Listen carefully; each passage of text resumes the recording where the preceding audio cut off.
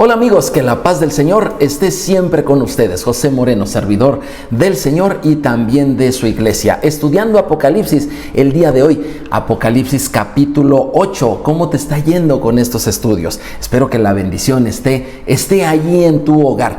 Y el día de hoy quiero recordarte que la porción, la parashá de esta semana, parashá es porción en hebreo, la porción que se lee en esta semana es la primera, la de Bereshit, que abarca de Génesis capítulo 1, versículo 1 hasta Génesis capítulo 6, versículo 8. Es una porción hermosa, es muy larga y es muy bonita. Yo te voy a invitar a que la leas.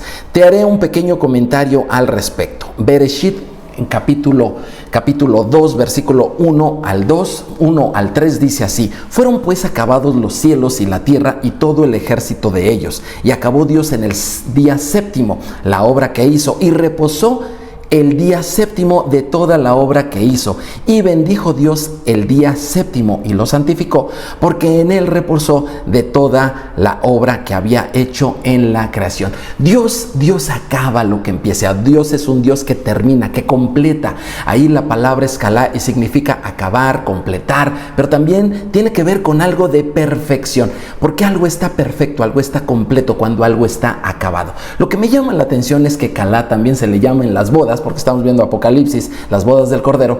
Calá también se le llama a la novia. ¿Por qué?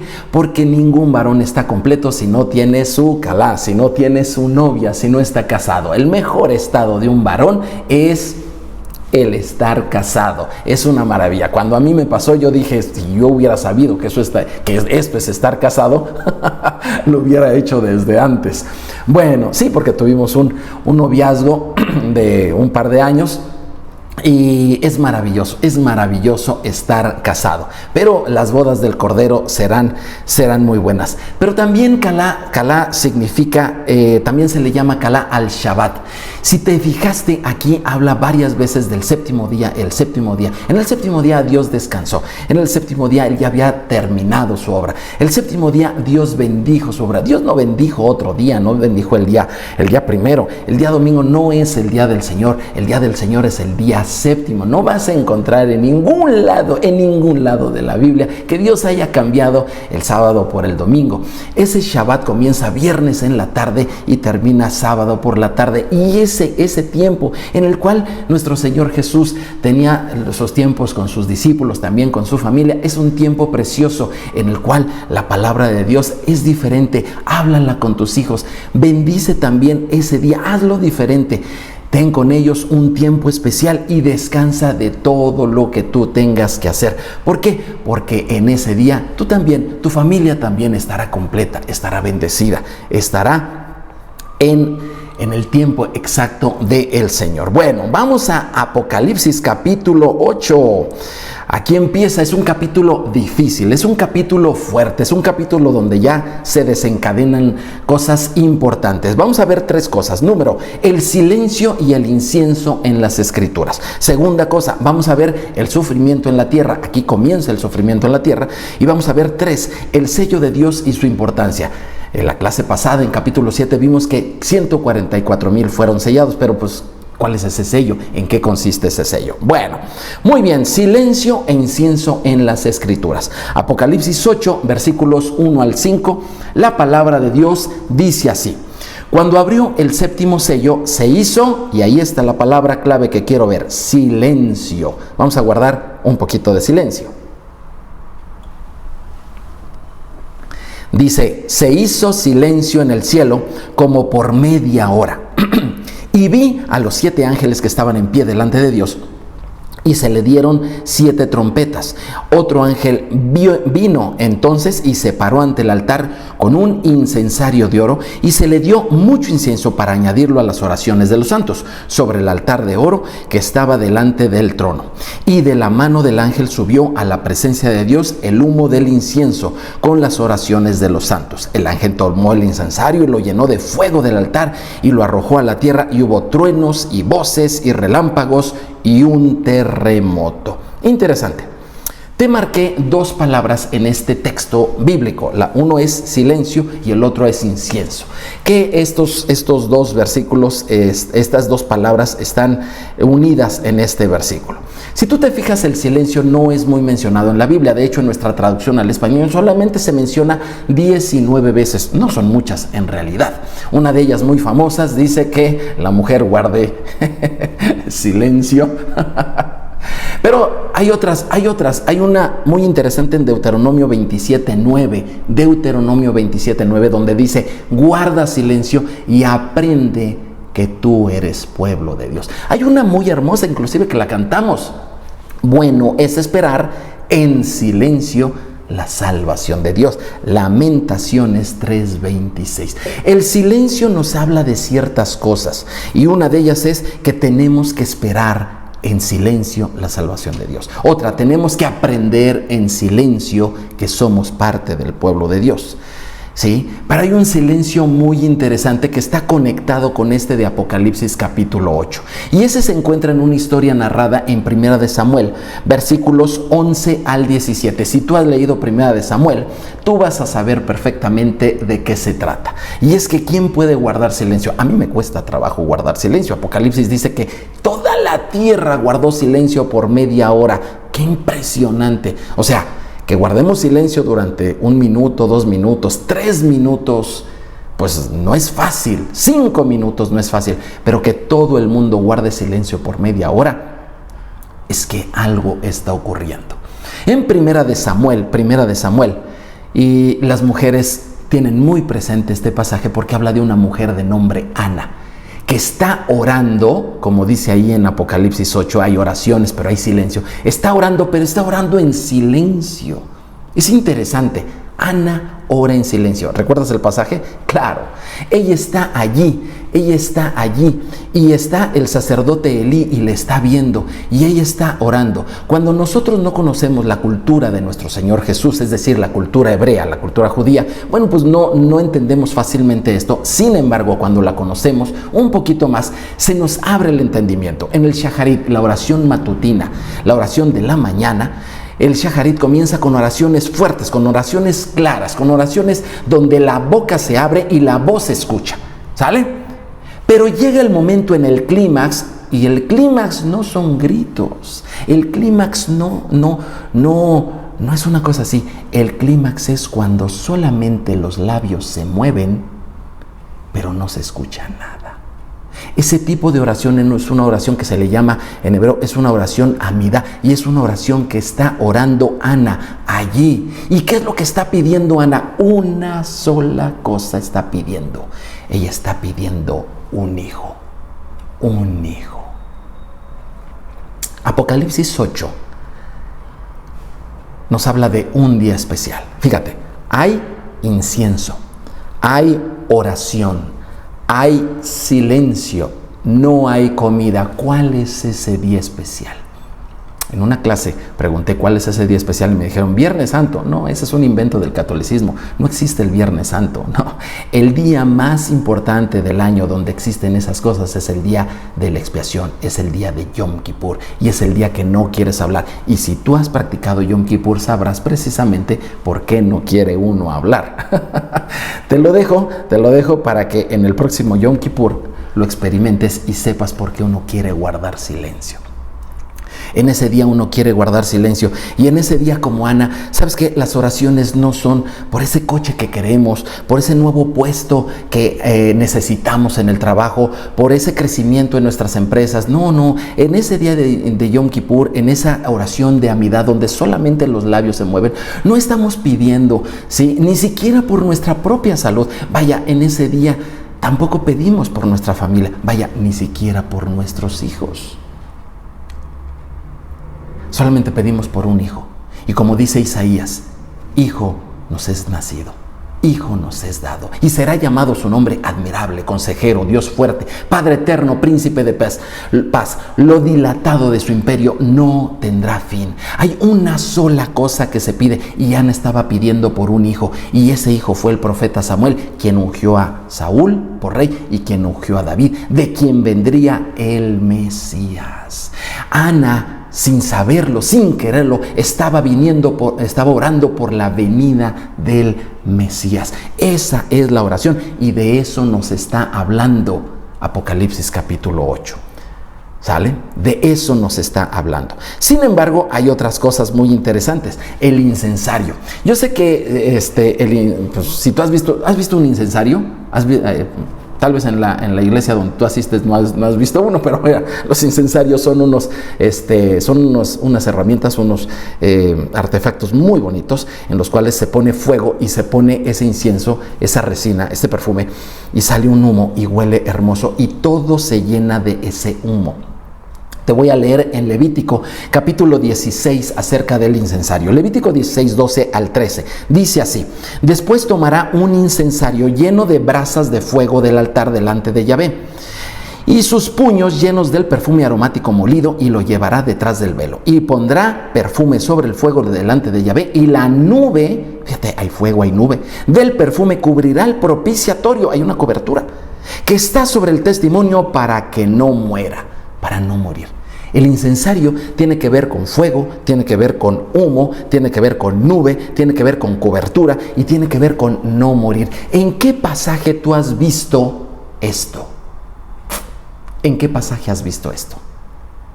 Sí, efectivamente. Cuando Israel está saliendo de Egipto, ya salieron y están enfrente del mar. Y viene el ejército de Faraón persiguiéndolos. Y ellos están allí. Y entonces una nube está allí con ellos, pero ahora también hay una columna de fuego que los cubre, los protege e impide que mueran. Es tiempo de salvación. Ese es el tiempo de Apocalipsis capítulo 8. Pero ¿cómo se mezcla esto con el silencio? Es muy interesante. Es muy interesante. Apocalipsis 8, yo te invito a que leas versículos 6 al 13 y vas a poder ver cómo la tierra sufre, cómo hay granizo y hay fuego, cómo hay el agua se convierte en sangre, cómo el sol se oscurece. Momento. A lo mejor tú me dirás, ¿me estás describiendo el Éxodo? No, te estoy diciendo lo que vas a encontrar en Apocalipsis capítulo 8. De hecho, en el capítulo 9 se habla de langostas. Y es que todas las plagas de la liberación de Egipto se mencionan en el Apocalipsis. ¿Pero por qué? ¿Por qué se mencionan esto? Bueno, vamos a ver una muy interesante. Apocalipsis 8, versículos 10 y 11. El tercer ángel tocó la trompeta y cayó del cielo una gran estrella ardiendo como una antorcha y cayó sobre la tercera parte de los ríos y sobre las fuentes de las aguas. Y el nombre de la estrella es Ajenjo, y la tercera parte de las aguas se convirtió en ajenjo, y muchos hombres murieron a causa de esas aguas, porque se volvieron amargas. Así como en Egipto las aguas se trastornaron y se convirtieron en sangre, aquí en Apocalipsis las aguas se trastornan y se convierten en amargas y también en sangre. Tú lo puedes ver ahí en estos capítulos de Apocalipsis. Pero la razón es, ¿por qué este juicio sobre la tierra? ¿Por qué la tierra se tiene que destruir? ¿Por qué la tierra se tiene que destruir? Señor, ¿no se supone que estamos próximos a una boda? ¿Por qué se tiene que destruir la tierra? La respuesta nos las da el profeta Jeremías, capítulo 9, versículos 10 al 15. Versículos 10 al 15. Por los montes levantaré lloro y lamentación, y llanto por los pastizales del desierto, porque fueron desolados hasta no quedar quien pase, ni oírse bramido de ganado. Desde las aves del cielo hasta las bestias de la tierra huyeron y se fueron. Versículo 11. Reduciré a Jerusalén a un montón de ruinas, morada de chacales, y convertiré las ciudades de Judá en desolación, que no quede morador. ¿Quién es varón sabio que entienda esto? Es decir, ¿por qué sucede esto? Dice, ¿y a quién habló la boca del Señor para que pueda declararlo? ¿Por qué causa la tierra ha perecido, ha sido asolada como desierto hasta no haber quien pase? Versículo 13. Dijo el Señor, porque dejaron mi ley, la cual Vi delante de ellos, no obedecieron mi voz, ni caminaron conforme a ella. Antes se fueron tras la imaginación de su corazón, y en pos de los Baales, según les enseñaron sus padres. Por tanto, así ha dicho el Señor de los ejércitos, Dios de Israel: he aquí que a este pueblo yo les daré de comer ajenjo, y les daré de beber aguas de hiel. Ahí están el ajenjo y las aguas amargas, de las cuales habla Apocalipsis 8. El profeta Jeremías ahí está conectando, pero allí nos revela la razón. ¿Por qué la tierra tiene que sufrir? ¿Por qué si este mundo tan hermoso, con sus bosques, sus selvas, sus playas, sus montañas, sus valles, sus lagunas, sus ríos, por qué tiene que ser destruido? Y la razón es esta. Aquí lo dice el profeta Jeremías: porque dejaron mi ley, dejaron mi instrucción, porque dejaron mi Torá y se fueron en busca de sus propias enseñanzas, las que le dieron los hombres, las que les dio sus padres, las que inventaron las religiones. El día de hoy nosotros tenemos que entender que esta tierra está sufriendo porque el ser humano ha dejado la palabra del Señor. ¿Cómo que la ha dejado? Sí, la ha dejado de leer, la ha dejado de escuchar y la ha dejado sobre todo de obedecer. El día de hoy es impresionante cómo inclusive dentro de la cristiandad haya quien se atreva a decir que hay partes de la Biblia que no son vigentes, que hay partes de los mandamientos de Dios que no se tienen que obedecer. Inclusive hay quien se atreve a dividir la palabra del Señor, los mandamientos, en tipo de mandamientos, como si hubiera algunos que fueran de tipo moral, otros de tipo ritual, y clasificaciones que la Biblia nunca habló. ¿Quién puede atreverse a dividir la palabra del Señor? ¿Quién puede atreverse a dividir el territorio del Señor? ¿Quién puede atreverse a dividir al pueblo del Señor? No. Dios es uno, la palabra de Dios es una, el pueblo de Dios es uno y los mandamientos de Dios son uno. Porque la palabra de Dios es viva y eficaz. La palabra de Dios es perfecta y la palabra de Dios es para siempre. Cuando Dios nos dice que obedezcamos todos sus mandamientos, todos son todos. Te invito a que leas Deuteronomio capítulos 27 y 28, como Dios te dice: el que oyere atentamente y guardare todos los mandamientos, yo le haré grande sobre todas las naciones de la tierra, y vendrán todas estas bendiciones a su vida. ¿Quieres todas las bendiciones del Señor? Bueno, ¿quieres ser enaltecido sobre todos los demás pueblos? Bueno, entonces tienes que atender a todos los mandamientos del Señor. Pero la enseñanza de la cristiandad ha sido que el Antiguo Testamento ya no. Esa es una enseñanza falsa. La palabra del Señor es vigente toda ella. Y todo lo que tú puedas hacer de los mandamientos del Señor, te invito a que los hagas. Porque en esto consiste el sello del Señor. Esta es la tercera cosa que quisiera yo ver contigo.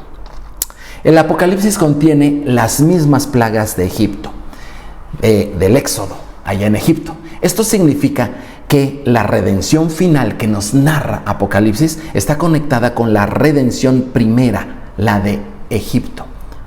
Es decir, así como Moisés fue el libertador allá, así Yeshua es el libertador en estos tiempos. Jesús es, o Jesucristo como tú y yo lo conocemos, Yeshua, es aquel profeta de quien Moisés dijo esto, Deuteronomio 18:5, profeta en medio de ti, de entre tus hermanos como yo, está hablando Moisés, dice, te levantará Yahvé tu Dios, a él oiréis.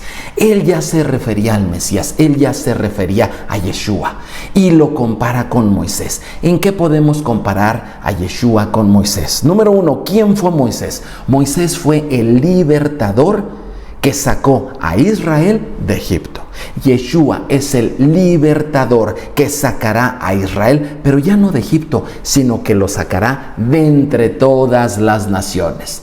Te invito a que leas Éxodo 3, 11 al 12 y Mateo 10, versículos 5 y 6. Segunda comparación. ¿Qué hizo Moisés? Moisés bajó del Sinaí 2 veces y las 2 veces bajó igualmente con la misma Torá, con la misma instrucción de Dios. Bajó con esas tablas de la ley, bajó 2 veces. ¿Qué hizo Yeshua? Bueno, él bajará 2 veces del cielo. Ya bajó la primera. Y la primera, ¿para qué bajó? Para enseñar Torá. ¿Para qué bajará la segunda? Para enseñar Torá igualmente. Te invito a que leas Éxodo 24:12 y Marcos capítulo 1, versículo 21. Tercer comparación entre Moisés y Yeshua. ¿Dónde puso Moisés la Torá? ¿Dónde la puso? Moisés la puso en las tablas, en las 2 tablas de piedra. Allí puso Moisés la Torá. ¿Dónde va a poner Yeshua la Torá del Señor? ¿En tablas de piedra? No, en corazones de carne, en nuestra mente y en nuestro corazón. Te invito a que leas Éxodo 34:28 y Hebreos 8:10.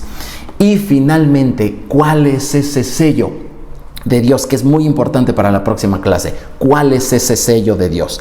El sello de Dios es su Torá, es su instrucción.